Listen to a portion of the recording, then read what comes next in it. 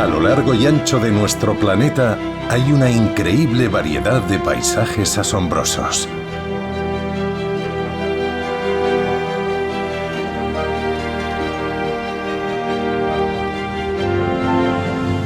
Y entre los más bellos del mundo se encuentra el de Queensland.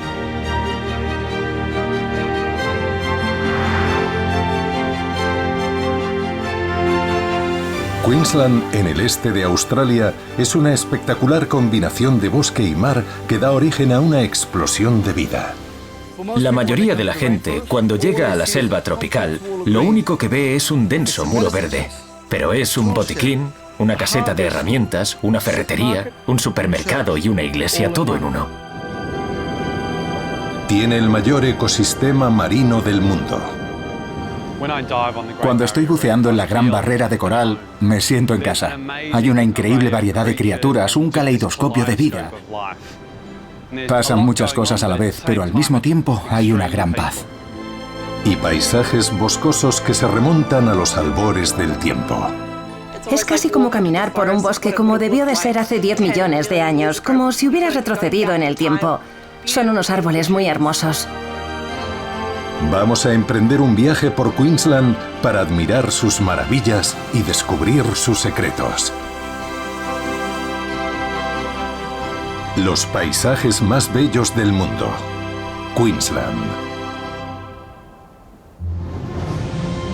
Nuestro viaje comienza en el interior de Queensland, en una región llamada Channel Country.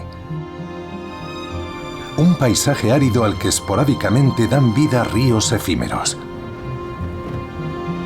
Después de las lluvias, el ganado puede pastar aquí, pero la mayor parte del tiempo son llanuras fangosas surcadas por lechos de ríos secos.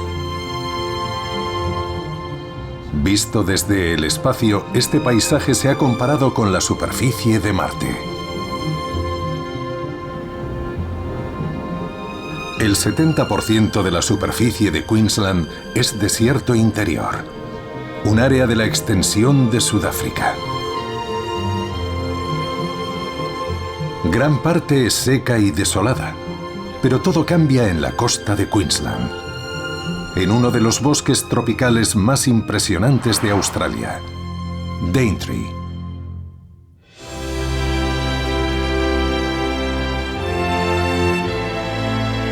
El Parque Nacional de Daintree es una de las selvas tropicales más ricas y antiguas del mundo. Este paisaje empezó a formarse hace unos 400 millones de años, cuando el antiguo lecho marino se elevó sobre las aguas. La meteorización formó duras montañas de granito y tierras bajas costeras. Y este precioso bosque abarca 1.200 kilómetros cuadrados. El clima tropical, húmedo y cálido hace de Daintree uno de los lugares más diversos de Australia. Alberga 2/3 de las especies de murciélagos y mariposas de Australia, una quinta parte de todas las especies de aves y una asombrosa variedad de reptiles.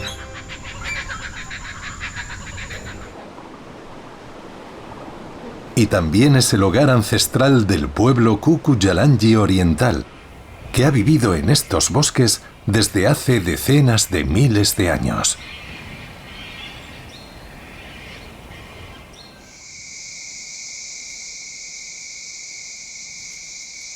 Y alguien que tiene un conocimiento íntimo y profundo del bosque es el guía cultural Juan Walker. Esta zona es muy especial para mí porque es donde crecí. Es mi hogar. Juan nació y creció cerca de aquí, aprendiendo de sus mayores el modo de vida tradicional con total libertad para explorar el bosque. Cazando, corriendo y jugando, nadando en los ríos cristalinos, arponeando peces y cangrejos y pescando en las playas. Tuve una infancia muy feliz, que me conectó con este lugar. Además, aprender las historias de los ancianos nos ha dado una conexión más profunda y más significativa sobre cómo cuidar nuestra tierra, cómo gestionarla. Para mí la tierra lo es todo. Aparte de la familia, es lo más importante para nosotros. El territorio Cucuyalanji, nuestra tierra, está lleno de conexiones. El espíritu, la vida salvaje, las rocas, todo está conectado con nosotros. Cuando hablamos de la tierra, no hablamos del país en sí, de nuestra nación. Hablamos de la naturaleza, la tierra, el mar. Todo lo que nos rodea es una formación natural. Y del hecho de que nuestro pueblo la utiliza y la necesita. No nos pertenece. Nosotros le pertenecemos. Gran parte de Australia fue en otros tiempos como Daintree. Pero la cercanía al Ecuador, las lluvias constantes durante todo el año y sus montañas y valles crearon las condiciones ideales para la supervivencia de la selva durante los últimos 200 millones de años de cambios climáticos. Y el calor y la humedad tropicales de la selva hacen que los árboles, las plantas y las hojas ayuden a crear sus propias precipitaciones. La mayoría de la gente, cuando llega a la selva tropical, lo único que ve es un denso muro verde. Pero para el pueblo Cucuyalanji y los pueblos de la selva tropical de Queensland es un botiquín, una caseta de herramientas, una ferretería, un supermercado y una iglesia. Todo en uno. Gran parte de los alimentos que comemos procede originalmente de los bosques tropicales.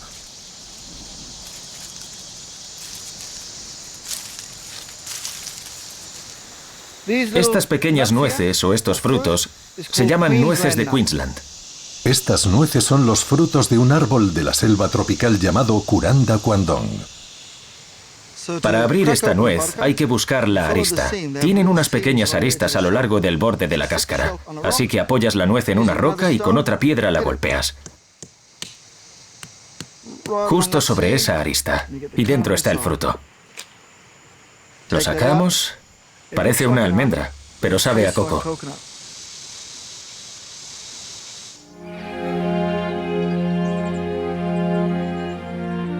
En los bosques tropicales australianos hay miles de especies de árboles y plantas.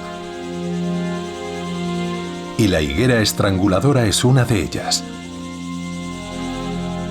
Las semillas de la higuera estranguladora caen en las ramas de los árboles que forman el dosel arbóreo y echan raíces que llegan hasta el suelo. Con el tiempo, estas raíces pueden llegar a ser más fuertes que el árbol anfitrión e incluso a matarlo. Pero en la selva tropical sus frutos son vitales para la fauna. Su interior es el hogar de murciélagos y pájaros, y para el pueblo Cucuyalanji oriental son muy importantes. En nuestra lengua Cucuyalanji llamamos a estos árboles yarangal, y son unos árboles muy especiales. En ellos viven espíritus. Durante el día los espíritus descansan y duermen. Durante la noche salen a vagar, buscan y recorren la tierra. Siempre nos enseñaron que si alguna vez nos perdíamos en la selva, buscáramos una gran higuera estranguladora, que nos sentáramos a su lado y habláramos a los ancianos, que les contáramos nuestros problemas, nuestras preocupaciones, y que si aquietábamos la mente lo suficiente y escuchábamos, los ancianos nos mostrarían el camino de regreso.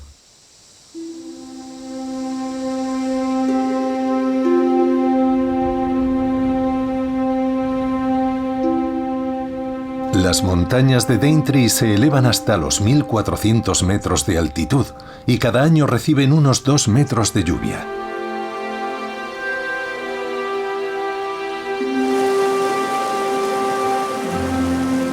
Esto es la garganta de Mosman, que canaliza el río Mosman desde las montañas a lo largo de 24 kilómetros hasta la costa.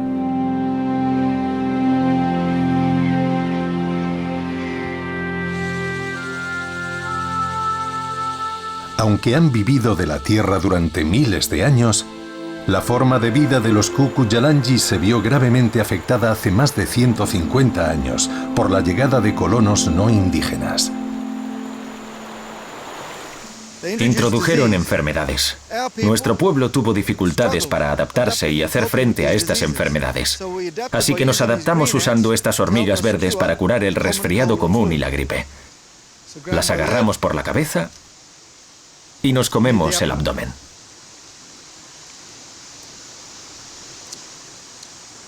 Saben a limón. Su pequeño abdomen está lleno de vitamina C. Así que si tienes síntomas de gripe, coge un nido entero de un árbol, machácalo con un poco de agua, haz una bebida, bebe bastante cantidad, frótatela en el pecho, aspira algunas hormigas por la nariz y eso aliviará los síntomas del resfriado y la gripe. Por favor, no intenten comer insectos u otras criaturas silvestres si no es bajo la supervisión de un experto.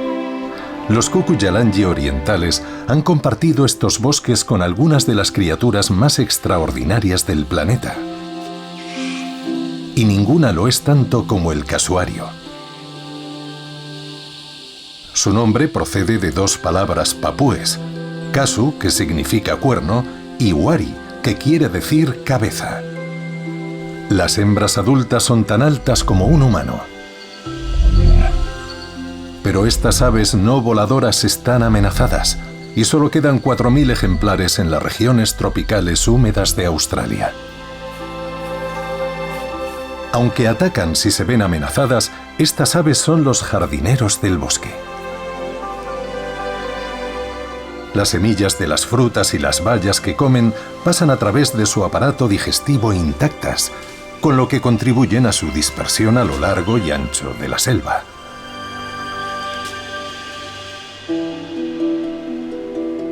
El territorio de los Cucuyalangi orientales va del bosque a la costa. Y en medio hay otro ecosistema completo. Mirad este precioso manglar. Estos ecosistemas vegetales adaptados al agua salobre hacen de amortiguadores entre la tierra y el mar y están llenos de vida. Las algas que crecen en las raíces expuestas son una fuente de alimento para caracoles y crustáceos. El fango disuade a la mayoría de los depredadores, pero no a los avezados cazadores humanos. Las raíces suponen un escondite para todas las criaturas que viven aquí. Los manglares son otra sección del supermercado de la selva tropical. Sí, los mosquitos son un poco demasiado. Se recomienda precaución a menos que uno sea un experto, pero para quien sabe lo que hace, aquí se pueden encontrar muchas más exquisiteces. Esto es Willan, un caracol comestible. Si os lo encontráis, se pueden cocinar a fuego vivo. Silban cuando ya están hechos. El sabor se parece al del calamar, un poco más suave, pero muy bueno, y es una buena fuente de proteínas. Willan. Sorprendentemente, a pesar de la destrucción de épocas anteriores, gran parte de la espectacular selva tropical original ha sobrevivido intacta. Y ahora está protegida. Y como su dueño tradicional, el pueblo Cucuyalangi oriental tiene derechos de propiedad y de acceso a sus tierras ancestrales. Por supuesto, para nuestra gente todo esto es como una ciencia. Observar cómo se mueven los animales, los insectos, cómo cambian los patrones climáticos. Y observando todo eso, nuestra gente sabía cuándo era el momento adecuado para ir a una zona en particular. Así que todo se basa en la observación y hacer lo que sea mejor para la Tierra.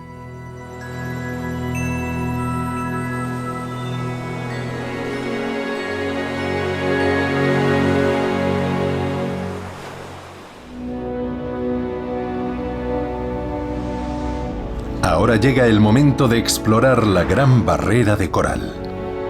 Se extiende desde el extremo norte de Queensland hasta casi la frontera con Nueva Gales del Sur.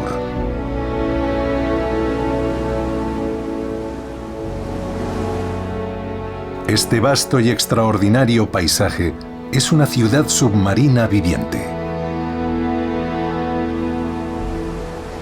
Está formada por 900 islas y casi 3.000 arrecifes. Y con una longitud de 2.300 kilómetros, es más larga que el Reino Unido, los Países Bajos y Suiza juntos. Los corales llevan cientos de miles de años viviendo en la Gran Barrera. Y el extraordinario arrecife actual no es más que la última versión. La mayor parte se formó en los últimos 20.000 años, favorecida por el aumento del nivel del mar.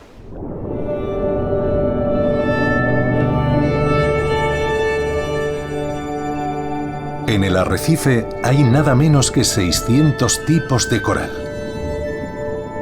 y 4.000 tipos de moluscos. Aquí se pueden encontrar 1.500 especies de peces. Entre ellos el pez más grande de los océanos, el tiburón ballena.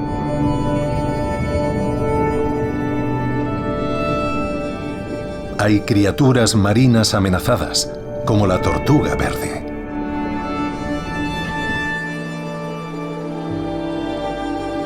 Pero el futuro de la Gran Barrera de Coral es incierto. El cambio climático y la actividad humana están dejando su huella.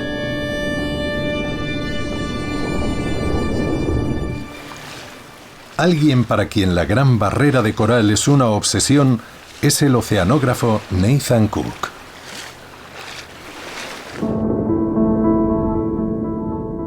Nathan lleva 20 años buceando en estos arrecifes. Cuando buceo en la Gran Barrera de Coral, me siento en casa.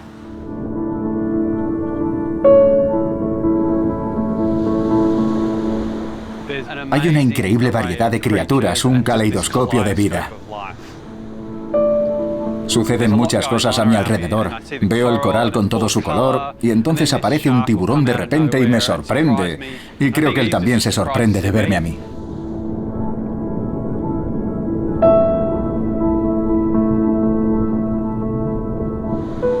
También ves bancos de peces diminutos perseguidos por jureles y peces plateados. Pasan muchas cosas a la vez, pero al mismo tiempo hay una gran paz. Para un científico, tal vez lo más asombroso de la barrera de coral es el coral. Me encanta el coral, porque es una criatura diminuta, a veces microscópica, que crea los cimientos de un ecosistema que puede verse desde el espacio. Crecen de la nada, pero pueden crear estructuras tan grandes como casas. Y viven individualmente, pero también como colonia. Y cooperan con el resto del ecosistema para crear este universo de biodiversidad tan complejo.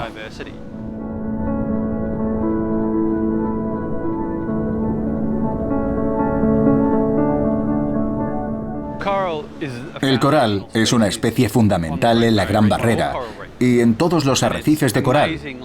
Y es increíblemente colorido y extremadamente frágil, pero crea una diversidad de formas infinitamente hermosas, maravillosas.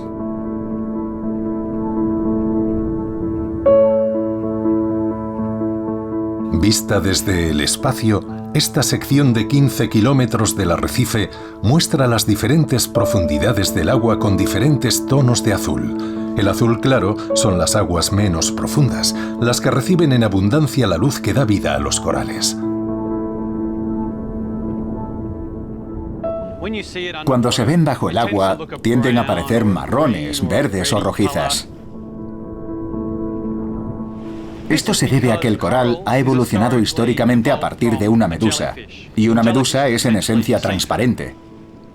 Y con el tiempo aprendió a formar un esqueleto duro de piedra caliza y entabló una relación simbiótica con una alga llamada zooxanthella.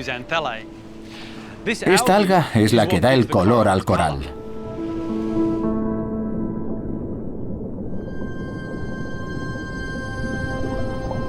Pero en las últimas décadas el cambio climático está calentando los mares y haciéndolos más ácidos. Los ciclones y la actividad humana están dañando los corales de la Gran Barrera y algunas partes se están muriendo.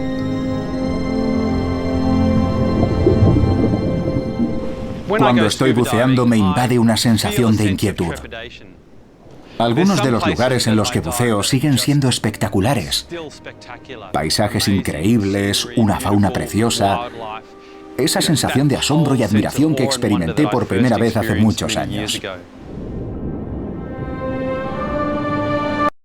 Nuestra nueva Dyson V16 Piston Animal es la aspiradora sin cable antienredos más potente. Se adapta automáticamente a cualquier tipo de suelo. Los cepillos cónicos desenredan el pelo largo. El depósito comprime el polvo. Y un cepillo húmedo independiente incluso friega el suelo. Dyson V16 Piston Animal. Compra en Dyson.es. Pero también ves otros lugares que están realmente en peligro por el cambio climático y otras amenazas a las que se enfrentan los arrecifes de coral de todo el mundo.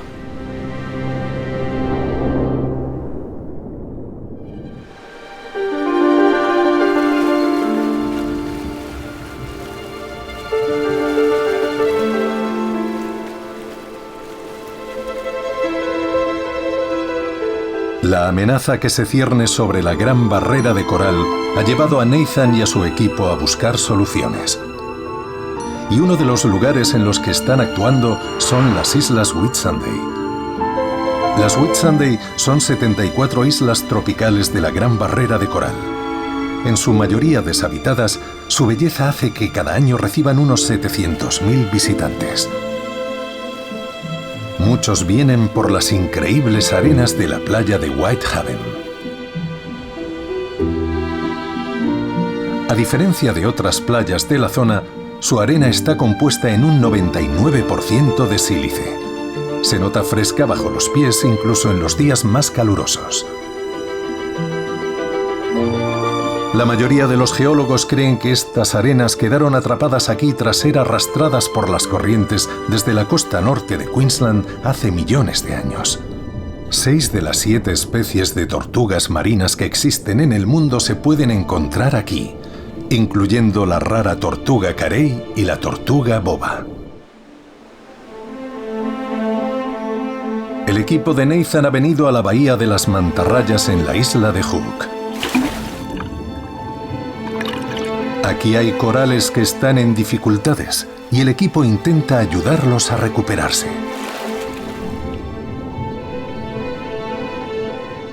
Una de las técnicas que utilizamos para ayudar a la recuperación de los arrecifes es la del cultivo de coral. Tomamos corales que crecen cerca, que están bastante bien adaptados al lugar, y los cultivamos en un vivero.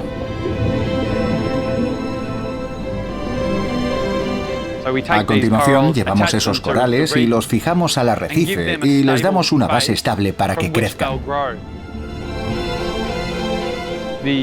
La esperanza o la intención es que sobrevivan y que eso atraiga a todas esas otras criaturas. Los invertebrados y los peces irán viniendo y acelerando la recuperación de esa comunidad de arrecifes y ayudarán a que vuelva a ser lo que era.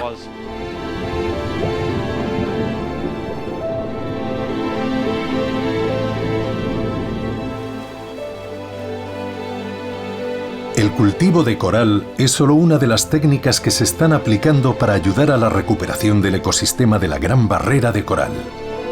Y a pesar de las amenazas, Nathan mantiene la esperanza. A los medios de comunicación les encantan las historias sensacionalistas. Con la decoloración, cuando se dijo que 1/3 del arrecife había muerto, la noticia dio la vuelta al mundo. Pero hay lugares que son increíbles, con una alta cobertura de coral, de un 70-80%, con una enorme diversidad de peces y especies marinas. Y hay otras áreas que están realmente muy deterioradas y se han visto afectadas por efectos como la decoloración. Así que existe la percepción de que la Gran Barrera de Coral está muerta, pero está lejos de estar muerta, está muy viva.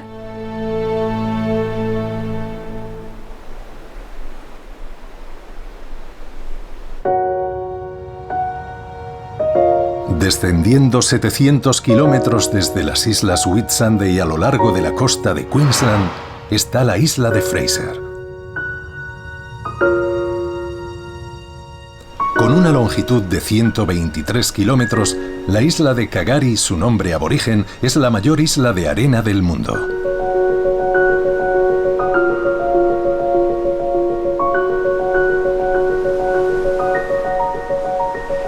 Sorprendentemente, casi el 100% de su suelo es arena, y aquí todo crece sobre ella.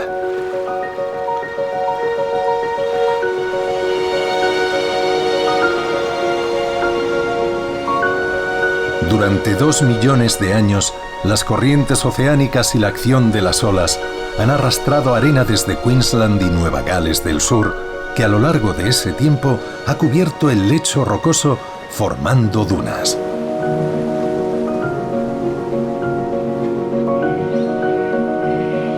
Pero también es una isla de lagos.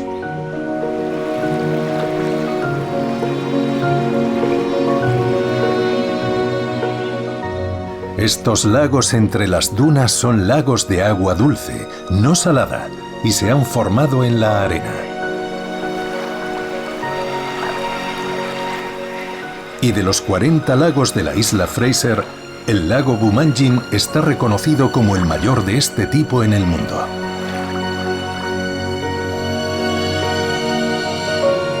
Su intenso color marrón se debe al tanino que se mezcla con las aguas puras del lago. Aunque solo hay arena, en la isla de Fraser crecen bosques. Hasta los nutrientes profundamente enterrados en la arena llegan las largas raíces del Satinai.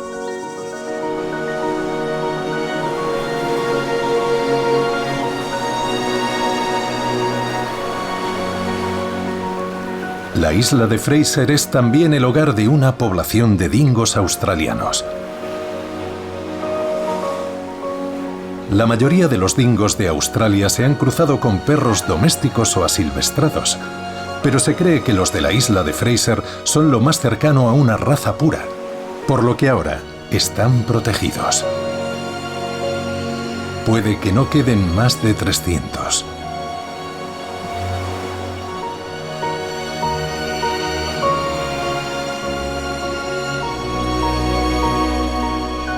Tras explorar el extrarradio reino coralino de la Gran Barrera de Coral y caminar por las arenas de la isla de Fraser, la siguiente etapa de nuestro viaje nos lleva al oeste y de vuelta al corazón de Queensland.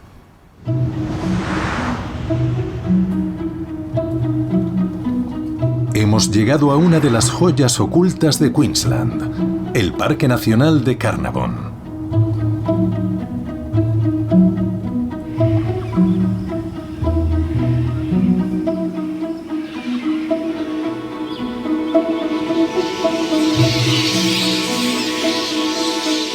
Alrededor de un tercio de las más de 50 especies de mamíferos que viven en el parque son murciélagos.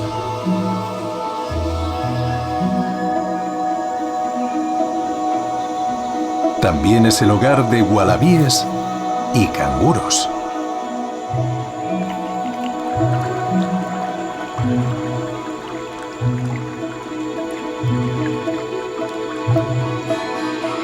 Pero además, en el parque se encuentra la extraordinaria garganta de Carnarvon. Se formó en una falla de la roca hace 30 millones de años. Y el flujo constante de un río a lo largo de millones de años ha ido desgastando la roca blanda.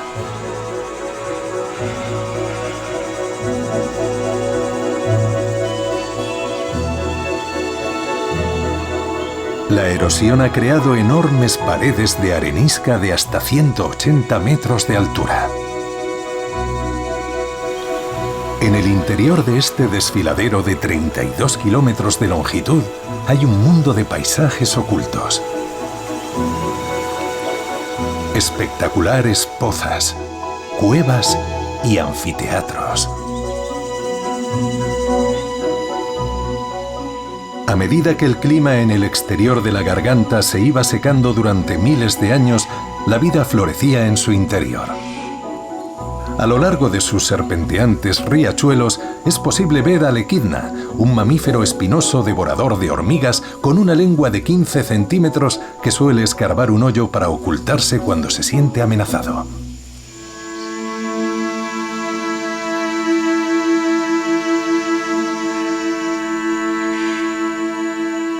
Pero tal vez lo más extraordinario que hay en el corazón de la garganta son los signos de la presencia humana. Aquí hay 2 yacimientos que contienen increíbles obras de arte rupestre. Hay en total 2000 pinturas, grabados y estarcidos.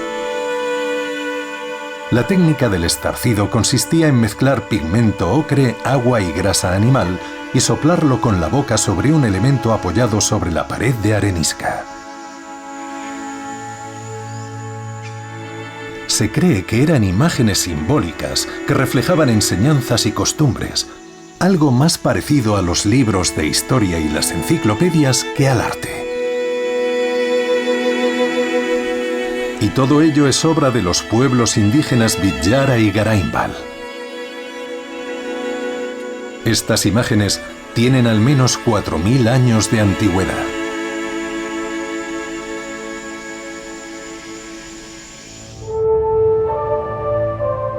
Ahora nos desplazamos 600 kilómetros al sureste, a la frontera de Queensland. El Parque Nacional de Lamington es uno de los más extensos entre los muchos bosques subtropicales de Queensland.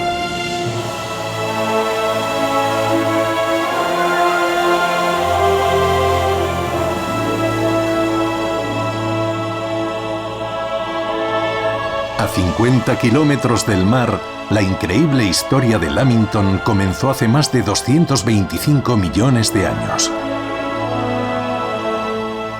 Entonces Australia formaba parte de Gondwana, uno de los dos enormes continentes globales a la deriva.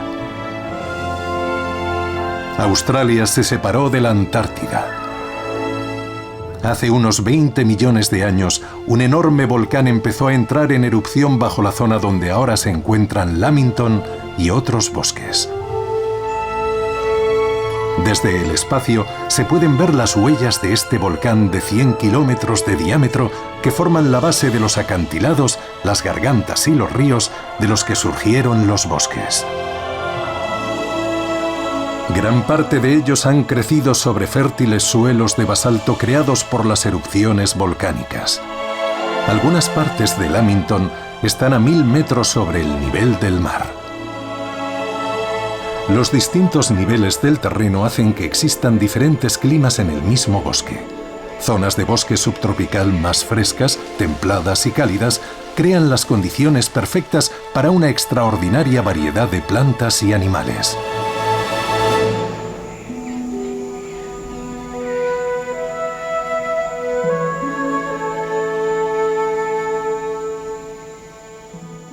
Hace más de 100 años, Lamington se convirtió en uno de los primeros parques nacionales de Queensland y se contrató a guardabosques para cuidarlo y protegerlo.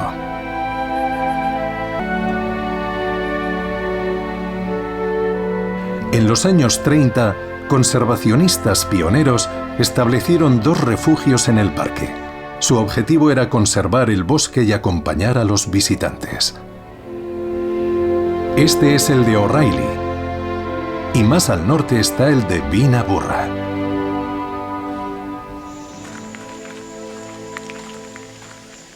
Lisa Groom y su hija Inari son descendientes de uno de los fundadores de Bina Burra. Supongo que es porque me crié aquí en estos bosques, viendo a mis padres disfrutar de ellos y acompañar a la gente por el bosque, igual que hacía mi abuelo. Así que nuestra familia lleva ya mucho tiempo viviendo aquí, en este maravilloso entorno. Nacida y criada aquí, Inari sigue cautivada por el bosque. Entras aquí y te sientes como en un lugar en el que nunca has estado. Creo que es como una isla de selva tropical virgen que no se encuentra en casi ningún otro lugar de Australia. Como guarda del Parque Nacional de Lamington, Inari tiene la misión de informar a los visitantes sobre la selva tropical. Cuando empecé a trabajar en esto, no sabía absolutamente nada, así que la única forma de aprender todo lo que sé fue hablando con otras personas, con guías, con guardas, con todos los que me han precedido. Inari está aprendiendo sobre algunas de las más de 200 especies de aves que se encuentran en estos bosques, cada una de ellas con sus cantos y llamadas característicos. Tenemos por ahí a unas zordalas crestadas orientales. Son unos pájaros preciosos que viven en pareja. Y su llamada suena como si fuera un solo pájaro, pero en realidad son dos, macho y hembra, que se llaman el uno al otro. Ahora se han callado. ¿Cómo son? Es esa llamada que acabamos de oír. Hay un silbido largo al principio y ese es el macho. Y luego hay una respuesta rápida, como dos latigazos, y esa es la hembra. Así que esta pareja se aparea y tiene su territorio. Y tendrán... Ahí está otra vez. Ese era solo el macho y parece que no ha tenido respuesta de su novia. Las zordalas crestadas orientales se alimentan en el suelo y aunque son difíciles de ver, no escasean. Su canto forma parte de la banda sonora de los bosques de Queensland.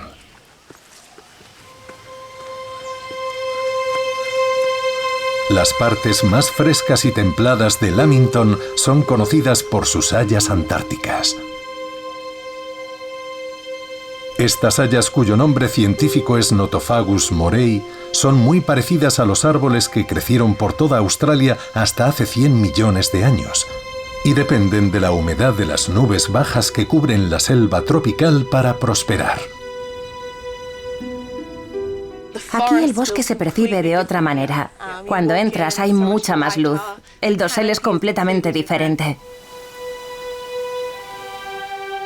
Es casi como caminar por un bosque como debió de ser hace 10 millones de años. Te sientes como si hubieras retrocedido en el tiempo cuando llegas a Taluulau, que es el punto más alto en el que estamos ahora. Son unos árboles muy hermosos. Se cree que algunas de las hayas antárticas del Parque Nacional de Lamington tienen miles de años. Es un lugar muy especial para mí, muy terrestre. Siempre me infunde mucha calma venir aquí. En Australia, los incendios forestales son parte del ciclo de la vida. Contribuyen a la germinación de las semillas y revitalizan el crecimiento de la vegetación. Pero en 2019, con la escasez de lluvia y las altas temperaturas, los incendios anuales fueron enormes y devastadores. Más de 250.000 hectáreas ardieron en Queensland. Y excepcionalmente, los incendios afectaron también al bosque tropical del Parque Nacional de Lamington, destruyendo el refugio original de Bina Burra. Desde el espacio se pudo ver el humo de los incendios de 2019 que crearon una neblina tóxica sobre las ciudades costeras del este de Australia. En total, más de 5 millones de hectáreas de Nueva Gales del Sur y Queensland fueron pasto de las llamas. Una superficie mayor que Dinamarca. El interior desértico está adaptado al fuego y se recupera con rapidez. Pero el bosque tropical no tanto. Estos extraordinarios almacenes de carbono que filtran y crean agua y evitan la erosión del suelo suelen ser resistentes al fuego.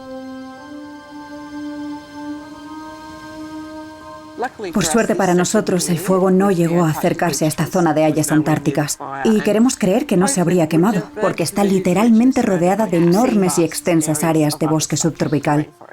De modo que, sí, fue una suerte que no llegara aquí.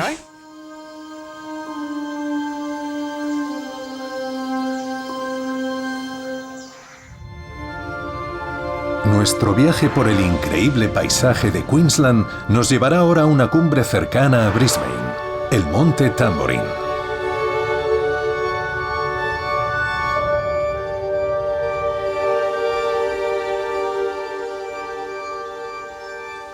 El Monte Tamborine forma parte de las tierras ancestrales del pueblo yugambé.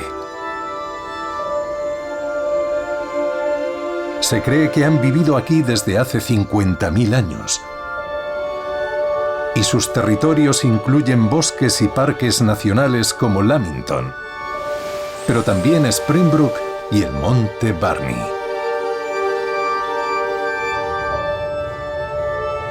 Las tierras tradicionales de los yugambé abarcan unos 5.000 kilómetros cuadrados de costa e interior.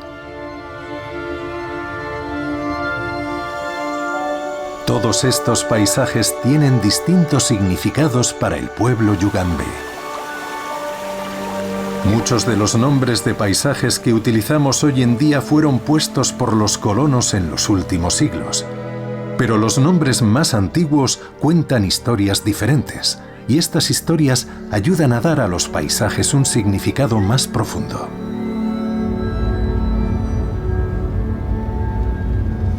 Alguien que sabe mucho de esto es Rory O'Connor. Pertenece al linaje del pueblo yugambé y dirige un museo dedicado a conservar su lengua, su cultura y sus historias.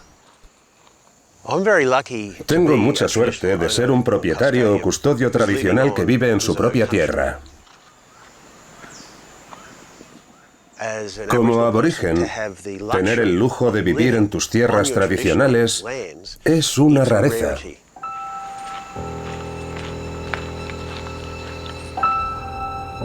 El hogar ancestral de Rory está en el monte Tamborin. La palabra Tamborin es una adaptación del nombre Chamborin, y Chamborin es uno de los personajes que aparecen en las historias yugambé de la creación. Chamborin era un apuesto príncipe, y las traviesas hijas de la reina Binungra querían conseguir su amor, así que fueron hacia él. Pero Chamborin amaba a las princesas Cúmera, y el río Cúmera transporta todo su amor hasta el mar, donde resplandece a la luz del sol.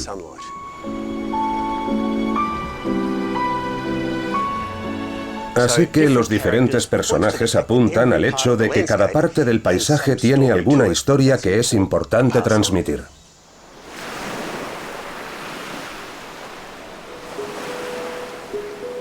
Otro elemento del paisaje ancestral yugambé se encuentra a 30 kilómetros de distancia, en la costa. Comenzó a formarse hace más de 20 millones de años por los flujos de lava expulsada por las vastas erupciones del gigantesco volcán Tweed, que también dio origen al monte Tamborin. En los mapas se llama Burley Head. Es un lugar muy importante para los aborígenes porque es la encarnación de Jabrin, nuestro dios de la creación.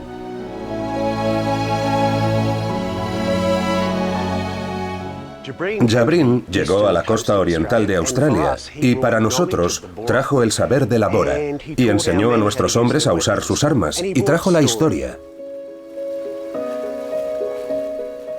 Y en este lugar en particular se bañó y cuando se levantó la tierra se elevó a su alrededor y formó el monte Burley o Yaligal, como lo llamamos nosotros. Y los primeros blancos que llegaron aquí vieron esta gran forma terrestre y dijeron, eso se parece a un hombre grande y corpulento. Y lo llamaron Burley, que quiere decir corpulento. Y me parece gracioso porque es así, es Jabrin, nuestro dios de la creación. Y el paisaje en sí tiene una historia que contar sobre el pueblo yugambé. Ahora estamos literalmente al pie de Yaligal, y la prueba de que nuestro pueblo ha vivido aquí durante decenas de miles de años son estos restos. Conchas de yugari, conchas de ostras esparcidas por el suelo del bosque, que dejaron generaciones y generaciones de aborígenes que venían aquí a comer estos deliciosos moluscos.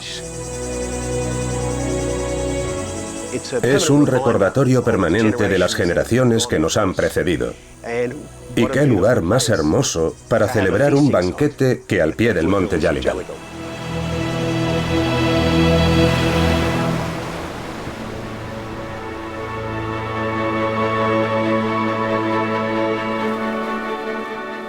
Hay lugares donde han sobrevivido los nombres originales.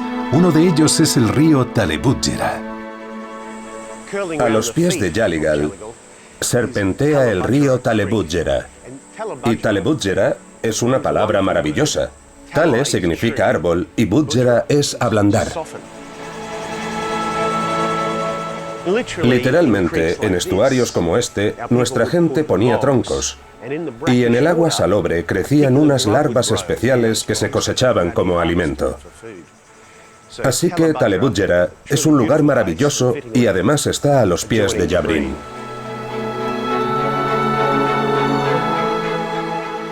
Para mí, culturalmente, siento la responsabilidad de aprender las historias de la Tierra y de transmitir esas historias a la siguiente generación.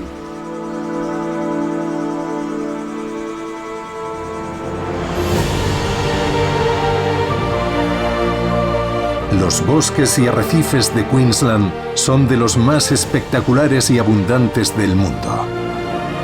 Y los pueblos originarios han vivido en ellos durante milenios. A pesar de los desafíos, estos extraordinarios paisajes han sobrevivido durante millones de años y con suerte y protección seguirán aquí durante muchos millones más.